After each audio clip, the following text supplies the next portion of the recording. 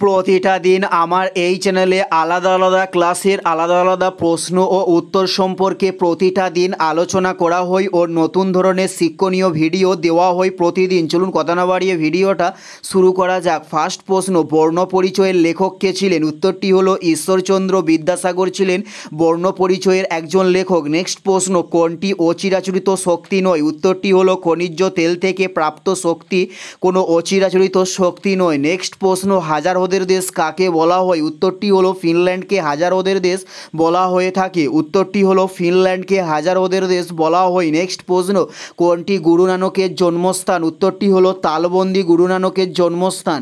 উত্তরটি হলো তালবন্দি গুরু নানকের জন্মস্থান। নেক্সট প্রশ্ন, অসমের রাজধানীর নাম কি? উত্তরটি হলো দিসপুর অসমের রাজধানীর নাম।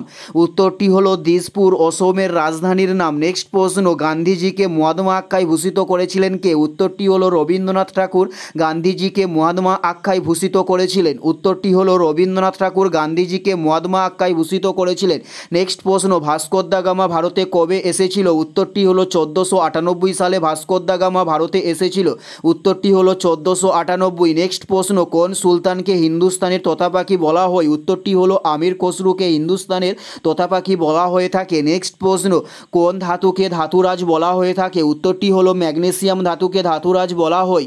উত্তরটি হলো ম্যাগনেসিয়াম ধাতুকে ধাতুরাজ বলা হয়। নেক্সট প্রশ্ন, রুপি চিহ্নটি কোন বছর সরকারিভাবে গৃহীত হয়? উত্তরটি হলো 2010 সালের 15ই জুলাই রুপি চিহ্নটি সরকারিভাবে গৃহীত হয়ে থাকে। এটাই ছিল এই ভিডিও লাস্ট প্রশ্ন। আর কোন ধরনের শিক্ষণীয় ভিডিও আপনারা প্রতিদিন দেখতে চান অবশ্যই কমেন্টে লিখে জানাবেন। পুরো ভিডিওটা দেখার জন্য অসংখ্য ধন্যবাদ।